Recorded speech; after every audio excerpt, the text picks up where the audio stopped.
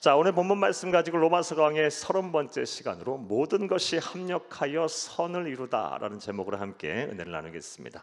함께 우리 제목을 따라 하시겠습니다. 모든 것이 합력하여 선을 이루다. 한 번 더 따라 하시겠습니다. 모든 것이 합력하여 선을 이루다. 네, 고맙습니다. 감사드립니다. 우리는 지난 시간 우리의 연약함을 도우시는 성령의 사역에 대해 살펴보며 은혜를 나누었습니다. 지난 시간에 대한 말씀을 다시 한번 간단하게 생각을 해보겠습니다. 사랑하는 여러분, 모든 인간들은 이 원죄의 영향력 아래 있기 때문에 세상 사는 동안 그 누구도 연약함으로부터 벗어날 수가 없습니다. 예수를 잘 믿는다고 성령 하나님의 그 심령에 거하신다고 우리의 인간의 연약함이 벗어지는 것은 아닙니다. 세상 사는 동안 우리는 필연적으로 이 연약함을 끌어안고 살아야 합니다. 하지만 예수를 그리스도 믿어 구원을 받은 하나님의 백성과 그렇지 아니하는 불신자와에서는 이 연약함과 관련해서 큰 차이점이 있습니다. 예수를 그리스도 믿어 성령을 모시고 사는 사람들은 이 연약함과 관련해서 우리에게 큰 특권을 하나님이 주셨습니다. 그것이 무엇입니까? 바로 우리의 연약함이 적나라하게 드러나서 우리의 삶을 짓누를 때, 우리를 고통스럽게 할 때 성령 하나님께서 우리를 외면하지 아니하시고 홀로 내버려 두지 아니하시고 우리의 연약함을 반드시 도와주신다는 것입니다. 할렐루야. 사랑하는 여러분, 자, 그런데 우리의 연약함을 도우시는 성령 하나님의 방법에 대해서 우리는 또한 잘 알아야 합니다. 사랑하는 여러분, 성령 하나님은 우리의 연약함을 어떻게 도우십니까? 우리가 연약할 때 너는 가만히 뒷짐지고만 가만히 있어, 내가 다 해줄게 하면서 우리를 도와주시는 분이 아닙니다. 성령 하나님께서 우리를 도우시는 방법은 우리가 연약함을 극복하기 위해 노력할 때 우리의 이 손을 맞잡아 주시면서 우리의 연약함을 극복하도록 도와주시는 것입니다. 특별히 지난 본문에서 우리가 살펴보았듯이 우리가 우리의 연약함을 극복하기 위하여 하나님 앞에 기도할 때 성령 하나님께서는 우리의 기도를 도와서 우리의 연약함을 극복하게 하시는 것입니다. 그리고 우리의 기도를 도우시는 방법은 크게 두 가지였습니다. 말할 수 없이 탄식하시면서 우리와 공감하시면서 또 우리로 하여금 탄식하게 하시면서 우리의 기도를 도우시고, 또 하나님의 뜻대로 기도하시면서 하나님의 뜻대로 우리가 기도하지 못할 때 성령 하나님께서 직접 하나님의 뜻대로 기도하시고, 또 우리에게 지혜 주셔서 하나님의 뜻을 분간하게 하셔서 기도하게 하심으로 성령 하나님께서 우리의 기도를 도와 우리로 하여금 연약함을 극복하게 하시는 것입니다. 따라서 성도들은 연약함이 극대화될 때, 자신의 삶을 이 연약함이 짓누를 때 반드시 뭐 해야 합니까? 기도해야 합니다. 기도해야 해요. 우리의 기도를 도우시는 성령 하나님을 의지해서 기도하면 반드시 하나님이 주신 은혜로 말미암아 여러분의 연약함을 넉넉하게 극복하게 될 줄로 믿습니다. 여기까지가 지난 시간에 대한 말씀이었습니다. 이제 오늘의 강해를 하겠습니다. 사랑하는 여러분, 오늘 본문 말씀인 로마서 8장 28절부터 30절은 3절밖에 안 되는 짧은 절입니다. 구절입니다. 본문입니다. 그런데 오늘 본문 말씀 이 짧은 3절 안에는 성부, 성자, 성령 삼위일체 하나님이 계획하신 이 온 인류를 향한 구원의 청사진이 잘 그려져 있습니다. 다시 말해서 성부, 성자, 성령 삼위일체 하나님께서 온 인류를 구원하시기 위한 구원의 계획과 구원의 절차와 단계, 그리고 나아가서 왜 우리를 구원하시려고 하는지 구원의 목적까지 이 짧은 3절 안에 다 기록이 되어 있습니다. 사랑하는 여러분, 그런데 생각해보면 이러한 말씀들, 이러한 내용들은 피조물인 우리, 특별히 죄인인 우리들이 감히 다가갈 수 없는 천국의 비밀과도 같습니다. 따라서 우리는 오늘 본문 말씀, 이 복음에 대한 말씀을 우리가 대할 때 두렵고 떨리는 마음으로, 경건한 마음으로 이 말씀을 우리가 받아야 할 것입니다. 나아가서 우리의 육체의 물리적 한계를 분명히 가지고 있는 우리의 머리로 이해가 되지 않는다 할지라도 의심하지 말고 이 말씀을 잘 받고 믿어야 할 줄로 믿습니다. 그리하면 진리의 영이신 성령 하나님께서 저와 여러분의 마음의 문을 열어주실 것이고 믿음의 눈을 열어주셔서 이 말씀을 이해가 되게 하실 것이고 또 믿게 하실 것입니다. 이런 은혜와 복이 오늘 저와 여러분 가운데 함께하기를 다시 한번 간절히 주의 이름으로 축복합니다. 축복합니다. 자, 이제 본격적으로 말씀을 강해하겠습니다. 오늘 본문 28절을 먼저 함께 읽겠습니다. 우리가 알거니와 하나님을 사랑하는 자 곧 그의 뜻대로 부르심을 입은 자들에게는 모든 것이 합력하여 선을 이루느니라. 아멘. 로마서 8장 28절, 우리가 얼마나 좋아하는 말씀입니까? 기독교인 치고 이 말씀 모르시는 분 없을 것이고 이 말씀 좋아하지 아니하시는 분 없을 거예요. 하나님을 사랑하는 자 곧 그의 뜻대로 부르심을 입은 자들에게는 모든 것이 합력하여 선을 이룬다. 얼마나 매력적인 말씀입니까? 얼마나 좋은 말씀입니까? 자, 그렇다면 오늘 성도들이 이 말씀을 좋아하는 이유가 특별히 무엇일까요? 여러 가지 이유가 있을 수 있겠지만 이 모든 것이 합력하여 선을 이룬다라는 이 말씀에 대한 해석 때문입니다. 대체로 많은 분들이 이 모든 것이 합력하여 선을 이룬다는 말씀을 이렇게 해석하실 거예요. 예수를 잘 믿기만 하면 모든 것이 다 잘 된다. 하느님마다 형통한다. 만사 형통이다 라고 해석을 하기 때문에 이 말씀이 우리에게 매력적으로 들리는 거예요. 그런데 이러한 해석은 정확한 해석이라고 볼 수가 없습니다. 왜냐하면 예수를 믿는다고 해서 모든 일이 다 만사 형통하는 것은 아니기 때문입니다. 물론 우리가 예수를 잘 믿으면 복을 받습니다. 그리고 형통한 삶을 삽니다. 이것은 우리 주 예수님께서 이 세상에 오셔서 하신 말씀, 당신께서 왜 이 세상에 오셨는지 그 목적에 대한 말씀을 통해서 잘 알 수가 있습니다. 요한복음 10장 10절을 함께 읽겠습니다. 도둑이 오는 것은 도둑질하고 죽이고 멸망시키려는 것뿐이요 내가 온 것은 양으로 생명을 얻게 하고 더 풍성히 얻게 하려는 것이라. 아멘.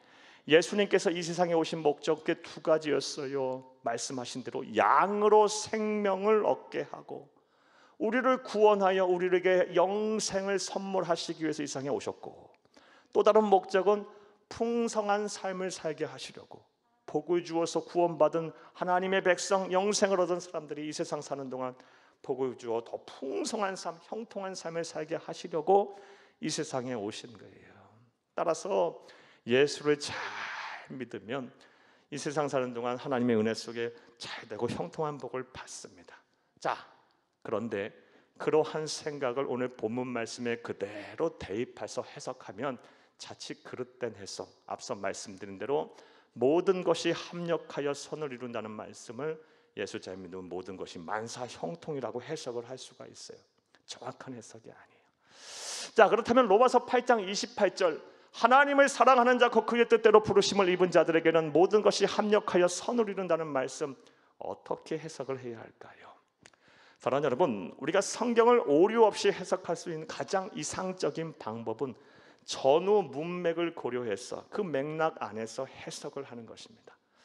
그런데 로마서 1장 1절부터 시작해서 바로 오늘 본문 앞절까지 8장 27절까지 사도 바울이 초지일관 주장하고 있는 핵심 내용이 무엇입니까? 구원에 관한 이야기예요. 이 구원이라는 이 맥락 속에서 로마서 8장 28절을 해석을 해야 돼요. 이 맥락 속에서 8장 28절을 다시 해석해드리면 다음과 같아요. 잘 들어보세요. 성부, 성자, 성령 삼위일체 하나님께서는 구원으로 부르심을 받아 하나님을 사랑하게 된 자를 위하여 온 힘을 합하여 최선을 다하셔서 구원을 이루어 가신다는 것입니다. 즉 모든 것이 합력하여 선을 이룬다는 말에 이 문맥 안에서의 정확한 해석은 성삼위일체 하나님께서 온 힘을 합해서 우리의 구원을 완성해 가신다라는 것입니다. 그리고 이를 위해서 오늘 본문 29절 30절 말씀에 보게 되면 우리의 구원을 완성해 가시기 위해서 온 힘을 다하여 합하여 완성해 가시기 위해서 아주 치밀하게 구원을 계획하고 준비하시며 다음과 같은 5가지의 단계를 밟고 계심을 알 수가 있습니다. 성서신학자들, 조직신학자들은 이 구원의 이 5단계를 가리켜서 신학적으로 구원의 5계단이라고도 해요. 여러분 이거 잘 아셔야 돼요. 오늘 한번 잘 들어보세요. 쉽게 말씀 한번 드려볼게요. 자, 삼위일체 하나님께서 우리를 구원하시기 위해서 얼마나 치밀하게 계획하고 준비하셨는지 지금부터 잘 한번 생각을 해보겠어요. 첫 번째 계단, 첫 번째 단계는 따라 하시겠습니다. 미리 아셨답니다. 예, 따라 하시는 시기를 놓치셨어요? 한번 따라 하시겠어요? 미리 아셨다. 오늘 본문 29절을 함께 읽겠습니다. 하나님이 미리 아신 자들을 또한 그 아들의 형상을 본받게 하기 위하여, 여기까지 보겠어요. 미리 아셨어요. 이것을 신학적으로 예지라고 합니다. 예지론 들어보셨죠? 자, 그렇다면 언제 예지하셨을까요? 에베소서 1장 4절 이하의 말씀에 보면 태초 전부터, 세상이 만들어지기 전부터 하나님이 저와 여러분을 아셨답니다. 아시고 구원하신 거예요. 아셨대요. 이게 구원의 첫 단계예요. 치밀하게 하나님 성삼위일체 하나님께서 그냥 온 힘을 합하여 우리의 구원을 완성해 가시기 위해서는 첫 단계 태초 전부터 우리를 아셨어요. 두 번째 계단, 두 번째 단계는 미리 정하셨어요. 한번 따라 하시겠어요? 미리 정하셨다. 오늘 보면 29절을 다시 한번 읽겠습니다. 하나님이 미리 아신 자들을 또한 그 아들의 형상을 본받게 하기 위하여 미리 정하셨으니 이는 그로 많은 형제 중에서 맏아들이 되게 하려 하심이니라. 아멘. 미리 정하셨다. 이거를 신학적으로 용어로 예정이라고 합니다. 예지, 예정론 많이 들어보셨죠? 자, 그렇다면 언제 우리를 예정하셨을까요? 역시 에베소 1장 4절 이하의 말씀에 보면 세상 만들어지기 전부터 택하여 우리를 선택하셨다는 말씀이 있어요. 그러니까 하나님은 얼마나 우리를 구원하시기 원하셨던지 성삼위일체 하나님께서는 세상 만들어지기 전 태초부터 이미 알고 정해놓은 거예요. 저와 여러분은 하나님의 백성임을 정해놓은 거예요. 너는 내 아들이다, 너는 내 딸이다, 너 새끼다라고 정해놓은 거예요. 이것이 얼마나 큰 은혜입니까? 자, 구원의 세 번째 단계는요, 우리를 구원으로 부르신 거예요. 한번 따라 하시겠어요? 구원으로 부르셨다. 오늘 본문 30절을 함께 읽겠습니다. 또 미리 정하신 그들을 또한 부르시고, 여기까지 읽겠어요. 세 번째 단계 부르시고, 구원으로의 부르심. 이 구원으로의 부르심은 다 사람마다 달라요. 어떤 사람은 초등학교 때 부르시고, 어떤 사람은 중학교 때, 어떤 사람은 10대 때, 어떤 사람은 대학생 때, 군대 가서 결혼하고, 또 어떤 사람은 막 사건 사고를 통해서 하나님을 만나게 하시고, 어떤 사람은 막 병에 걸렸다 낫게 하심으로 하나님을 만나게 하고, 또 어떤 사람은 심지어 임종 직전에 부르시기도 하세요. 때가 돼서 부르셔요. 때가 돼서 부르셔요. 이게 구원의 3계단, 5계단 중에 세 번째 계단이에요. 자, 그런데 이와 관련해서 우리가 주의해야 될 사항이 있어요. 하나님이 태초부터 예정하시고 때가 돼서 부르셨다고 해서 다 구원을 받는 것이 아닙니다. 사랑하는 여러분, 우리가 우리의 자유의지를 가지고 이 하나님의 부르심 앞에 믿음으로 화답할 때 비로소 우리가 구원을 받는 거예요. 하나님은 우리를 창조하실 때 아무것도 할 수 없는 그런 허수아비로 창조하지 않으셨어요. 우리에게 분명 자유의지를 주셔서 선택하고 결정하고 책임까지 지게 하셨어요. 따라서 하나님이 태초에 예정해 하시고 때가 돼서 구원으로 초청하셨다 할지라도 내가 거부해버리면 구원 못 받는 거예요. 그리고 그 책임 또한 나에게 있는 겁니다. 사랑하는 여러분, 그런데 저와 여러분은 예수를 그리스도 믿게 되셨으니 이것이 또 얼마나 큰 은혜입니까? 이 믿음 주시는 것도 성령 하나님의 역사거든요. 도대체 우리가 무엇이길래 태초부터 우리를 알고 정해놓고 때가 돼서 부르셨을 때 우리에게 또 믿음 주셔서 우리의 의지를 가지고 구원으로 믿음으로 화답하여 하나님의 자녀가 됐으니 참 도대체 생각만 해도 이건 기가 막히는 은혜예요. 정말 우리는 하나님의 은혜와 사랑을 많이 받은 사람들입니다. 이를 온전히 믿는 저와 여러분 되기를 간절히 주의 이름으로 축복합니다. 구원의 네 번째 단계, 네 번째 계단은 사랑하는 여러분, 의롭게 하셨다입니다. 따라 하시겠습니다. 의롭게 하셨다. 오늘 본문 30절을 다시 한번 읽겠습니다. 또 미리 정하신 그들을 또한 부르시고 부르신 그들을 또한 의롭다 하시고, 여기까지 읽겠어요. 의롭다 하셨다. 이게 무슨 말입니까? 알고 정해놓고 때가 돼서 부르셨을 때 믿음으로 화답한 순간에 우리의 죄를 용서하셨다라는 겁니다. 누구의 공로로? 예수 그리스도의 십자가의 보혈의 공로로. 너는 죄인이지만 이제부터 그 죄값을 다 예수님이 갚으셨으니 너 죄 없는 걸로 할게, 인정할게. 이것을 신학적인 용어로 칭의라고 해요. 부를 칭자 의로울 의자. 너를 이제부터 의인으로 내가 부르겠다. 하나님의 일방적인 선언이에요. 사랑하는 여러분, 저와 여러분 죄인이에요. 이 세상 사는 동안 계속 죄 짓잖아요. 그런데 하나님께서 예수 그리스도의 보혈의 공로로 믿음으로 말미암아 우리를 의인으로 인정하시겠다는 거예요. 일방적인 선언이에요. 그러니 이게 값없이 받은 구원의 선물이죠. 네 번째 구원에 대한 계단, 하나님의 치밀한 성삼위일체의 구원의 완성을 이루어가는 이 계획과 준비는요, 칭의, 의롭다 하신 거예요. 언제? 믿음으로 화답한 순간, 부르심의 믿음으로 화답한 순간이에요.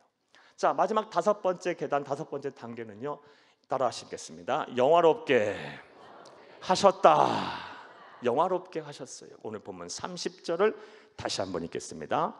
또 미리 정하신 그들을 또한 부르시고 부르신 그들을 또한 의롭다 하시고 의롭다 하신 그들을 또한 영화롭게 하셨느니라. 아멘. 역시 신학적 용어는 영화고요. 이 영화의 의미는 무엇이냐? 우리의 몸을 예수님처럼 성결하고 거룩하고 순결하게 하셨다라는 거예요. 이게 영화예요. 그런데 우리가 이 세상 사는 동안 우리 몸이 예수님처럼 순결하고 성결하고 완전하게 무결한 순결한 상태가 되지 않아요. 이 영화는 언제 완성이 되느냐? 천국에서, 아니 정확히 표현하면 예수님 재림하실 때 우리가 영과 육이 완전히 부활한 영성체로 예수님과 똑같은 몸이 되게 될 거예요. 자, 그런데 이미 영화롭게 하셨다. 이 말씀이 무슨 뜻이에요?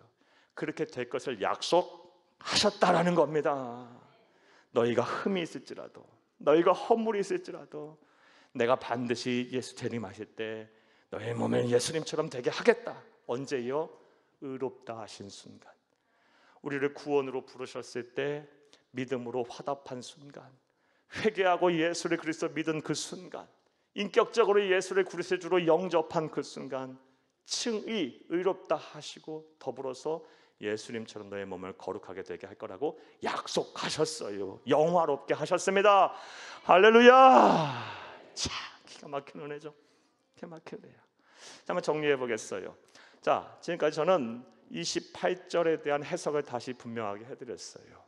오늘 본문의 맥락 속에서 이 하나님을 사랑하는 자 곧 그의 뜻대로 부르심을 입은 자들에게는 모든 것이 합력하여 선을 이룬다는 말씀은요, 성부, 성자, 성령 삼위일체 하나님께서 불러내어 하나님을 사랑하게 된 자를 위해서 온 힘을 막 합해서 구원을 완성해 가신다는 거예요.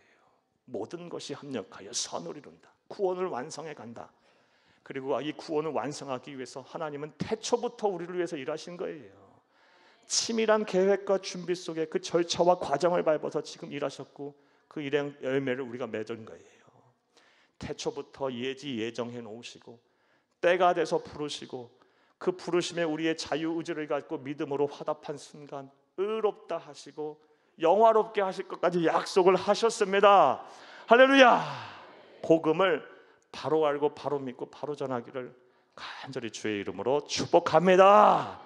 자, 이제 이러한 내용을 전제로 아주 중요한 문제를 이제 해결해 보겠어요. 그렇다면 왜 하나님은 그토록 창세전부터 우리를 위해서 이렇게 치밀한 계획을 가지고 준비하시면서 구원하셨을까요? 다시 말해, 우리를 구원하신 목적이 무엇일까요? 오늘 본문에서는 어떠한 답을 우리에게 하고 있을까요? 따라 하시겠습니다. 첫째로, 성자 예수님의 형상을 본받게 하기 위함입니다.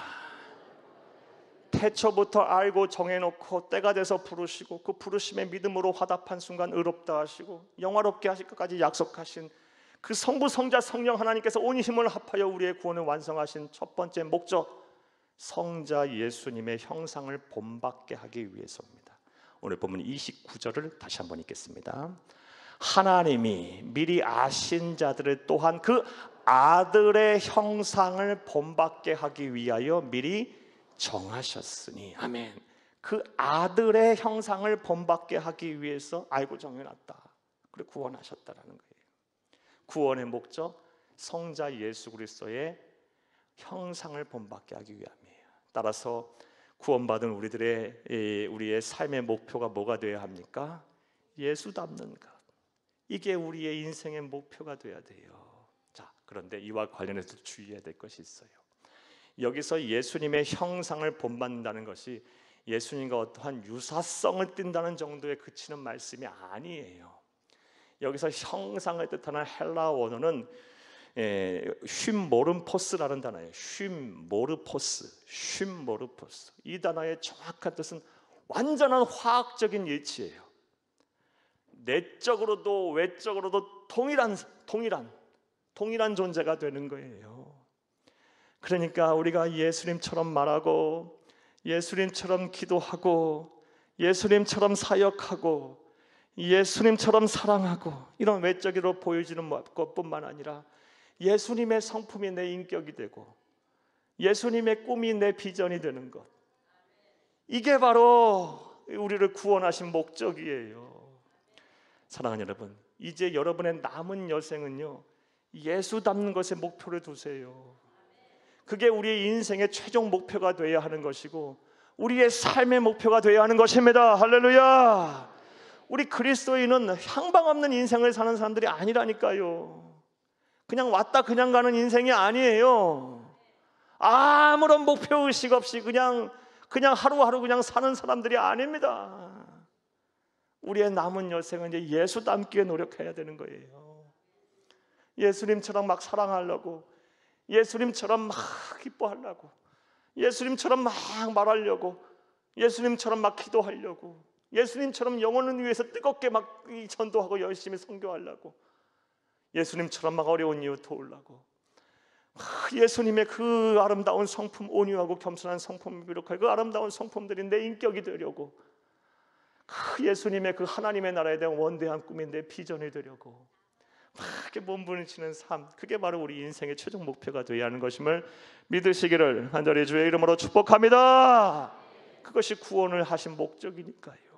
자, 또 두 번째로, 성부, 성자, 성령 하나님께서 온 힘을 합하여 우리의 구원을 완성하신, 그래서 구원의 5단계를 태초부터 밟으시며 치밀하게 구원하신 또 다른 목적은 뭘까요? 따라 하시겠습니다. 둘째로, 많은 형제 중에서 맏아들이 되게 하기 위함입니다. 오늘 본문 29절을 다시 한번 읽겠습니다. 하나님이 미리 아신 자들을 또한 그 아들의 형상을 본받게 하기 위하여 미리 정하셨으니 이는 그로 많은 형제 중에서 맏아들이 되게 하려 하심이라. 아멘. 많은 형제들은 수많은 사람들, 이 땅에 존재하는 많은 사람들, 수많은 민족과 열방들, 모든 사람들이 다 말해요. 그 중에서 뭐 하게 하기 위해서 구원하셨다? 맏아들이 되게 하게 하시겠다. 이게 우리를 태초부터 미리 알고 정해놓고 때가 돼서 부르시고 부르심의 믿음으로 화답할 때 의롭다 하시고 영화롭게 하신 목적이에요. 이유예요.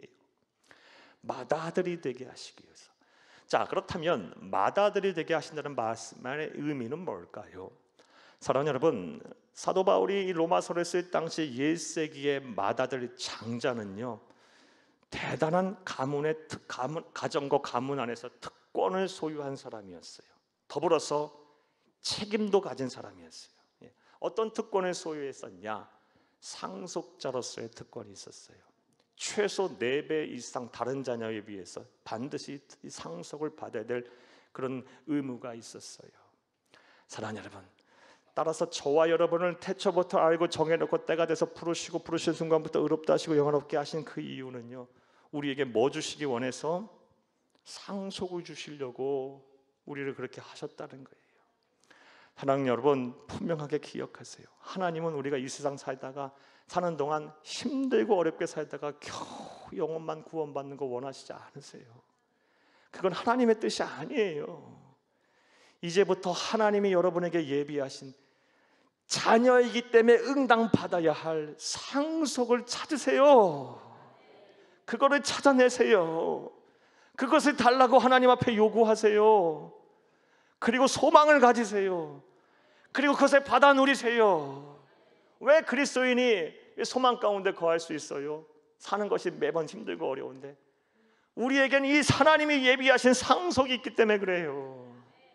이 상속을 지금부터 열심히 찾아서서 하나님의 나라 가는 그날까지 다 이 상속을 누리다가 가시기를 간절히 주의 이름으로 축복합니다. 이 상속이 누구에게는 건강일 수도 있을 것이고 물질일 수도 있을 것이고 누구 것이면 명예일 수도 있을 것이고 누구에게는 뭐 가족의 그냥 축복과 번영일 수도 있을 것이고 뭐 여러 가지가 있을 수 있겠죠. 이거는 사모하는 자에게, 찾아내는 자에게, 기도하고 구하는 자에게 주시는 은혜예요. 상속은 자녀가 받는 거예요. 이거는 시험 봐서 얻는 게 아니고 경쟁해서 따는 것이 아니에요. 자녀이기 때문에, 내 신분이 하나님의 아들, 딸이기 때문에 받는 겁니다. 이거 주시려고 뭐 했다? 구원하신 거예요. 언제부터? 태초부터 치밀하게 성부, 성자, 성령 하나님께서 온 힘을 다하여 합력하셔서 일을 하신 거예요. 자, 더불어서 이 장자 맏아들 1세기 로마 시대는요 아주 큰 책임이 있었어요. 가정 가문을 지키고 보호하고 가정에게 주어진 사명을 감당해야 할 책임이 있었어요. 장자 맏아들은 이 책임에 죽고 책임에 살았던 사람들이었어요. 자, 그렇다면 많은 형제 중에서 우리를 맏아들이 되게 하셨다 하셨는데 이것이 구원의 목적이랬는데 우리의 책임이 무엇일까요? 사랑하는 여러분, 이것은 예수님께서 부활하며 승천하시면서 하신 말씀 통해 알 수 있어요. 마태복음 28장 19, 20절 함께 읽겠습니다. 그러므로 너희는 가서 모든 민족을 제자로 삼아 아버지와 아들과 성령의 이름으로 세례를 베풀고 내가 너희에게 분부한 모든 것을 가르쳐 지키게 하라. 볼지어다 내가 세상 끝날까지 너희와 항상 함께 있으리라 하시니라. 아멘. 이 말씀 예수님 승천하시면서 남긴 마지막 유언적 메시지, 대위임령이라 그러죠. Great Order. 가장 위대한 예수님의 그냥 마음이 그냥 구구절절하게 녹아있는 피 맺힌 한이 있는 말씀, 한 단어로 하면 뭘까요? 영혼 구원. 이게 맏아들로서의 책임인 거예요. 저와 여러분을 태초부터 알고 정해놓고 때가 돼서 부르시고 부르신 순간부터 의롭다 하시고 영원롭게 하신 이유가 뭐예요? 하나님 나라에 하나님 예수를 그리스도 믿어 구원을 받는 백성들, 예수님의 형상을 닮은 많은 사람들이 이 하늘의 별과 같이 많이 나타나기를 원하신 거예요. 영혼 구원을 위해서 우리를 그거 하신 거예요. 그러므로 이제 여러분의 남은 여생은요 이 영혼 구원에 열심을 다하세요. 상속을 찾으시고요 영혼 구원에 힘을 다쓰세요. 예수 닮기 위해 노력하시고요 상속을 찾으시고요 영혼 구원에 힘쓰세요. 이것이 바로 저와 여러분을 구원하신 목적이라니까요. 태초부터 알고 정해놓고 때가 돼서 부르신 순간부터 의롭다 하시고 영원롭게 하신 이유가 뭐예요? 이거 하라고 우리에게 주신 거예요. 열심히 일해야 되는 이유, 공부해야 하는 이유, 돈 벌어야 하는 이유, 건강해야 하는 이유, 더 자기 개발에 힘써야 하는 이유, 우리가 성숙하고 성숙해지고 성장해야 하는 이유, 예수 닮기 위해서, 상속받기 위해서, 영혼 구원하기 위해서예요. 잊지 마세요. 하나님 말씀대로 살아야 돼요. 그리스도인들은요. 자, 이렇게 사시기를 간절히 주의 이름으로 축복합니다. 자, 말씀 맺겠습니다. 사랑하는 여러분, 오늘 본문 말씀 로마서 8장 28절에서 30절 말씀을 통해서 성부, 성자, 성령 하나님의 구원의 원대한 계획과 단계 그리고 목적에 대한 말씀을 드렸어요. 사랑하는 여러분, 다시 한번 말씀드려요. 하나님이 우리를 구원하신 것은 우연히 이루어진 일이 아닙니다. 어쩌다가 그냥 막 이렇게 임기응변으로 하나님이 해결하신 거 아닙니다. 태초부터 알고 정해놓고 때가 돼서 부르시고 성령 하나님께서 도우셔서 믿음 갖게 하셔서 믿음으로 화답하게 하시고 화답한 순간 예수 그리스도의 보혈의 공로로 의인으로 막 일방적으로 선언해 버리시고 그리고 예수님처럼 될 것이다라고 영화롭게 될 거라는 선언까지 해버리고 약속까지 하신 거예요. 하나님의 치밀한 계획과 하나님의 은혜 속에 우리가 구원을 받게 된 거예요. 자, 이러한 말씀을 듣게 되면 다음과 같은 반응을 하게 돼요. 도대체 내가 무엇이길래, 내가 누구이길래 나에게 이런 은혜를 베풀까? 사랑하는 여러분, 불신자들 가운데도 우리보다 도덕적으로 윤리적인 사람들 많아요. 착한 사람들 많다고요. 우리보다 성품 더 좋은 사람들 많고요. 더 지혜로운 사람들도 많아요. 더 의로운 사람들도 많아요. 용기 있는 사람들도 많고요. 돈 많은 사람도 많고 능력 있는 사람도 많고요. 더 선한 사람도 많아요. 그런데 그것이 하나님께서 보시는 기준이 아니고 그냥 그 기준도 모르겠어요. 일방적으로 우리를 사랑하셔서 태초부터 알고 정해놓고 때가 돼서 부르셨을 때, 또 성령께서 도우셔서 믿음 갖게 하셔서 화답게 하시고 의인으로 칭의하시고 영화롭게 하셨다는 거, 이거 하나님의 은혜로 아니면 설명이 안 되는 거예요. 저와 여러분은 정말 하나님의 은혜를 받은 인류 역사의 극소수 중에 극소수라는 거 잊지 마세요. 하나님의 은혜를 받은 자라는 것을 잊지 마세요. 하나님의 한이 없는 사랑 속에 거하는 자임을 잊지 마세요. 이 하나님의 은혜와 하나님의 사랑을 받은 자라는 인식이 내 안에 확고하게 자리 잡으면요, 세상에서 사는 동안 조금 힘들고 어려운 일 겪어도 그게 뭐 될 수는 없어요. 예, 사랑하는 여러분, 그거 갖고 이래비할 이유도 없고요, 염려 근심할 이유도 없고요, 불평불만할 이유도 없어요. 나는 하나님의 어마어마한 은혜를 받은 사람이고 어마어마한 사랑을 받은 사람들인데, 이 은혜를 이제 보답하는 삶을 살아야 돼요. 보답하는 길은 예수 닮는 거예요. 예수와 똑같아지는 거예요.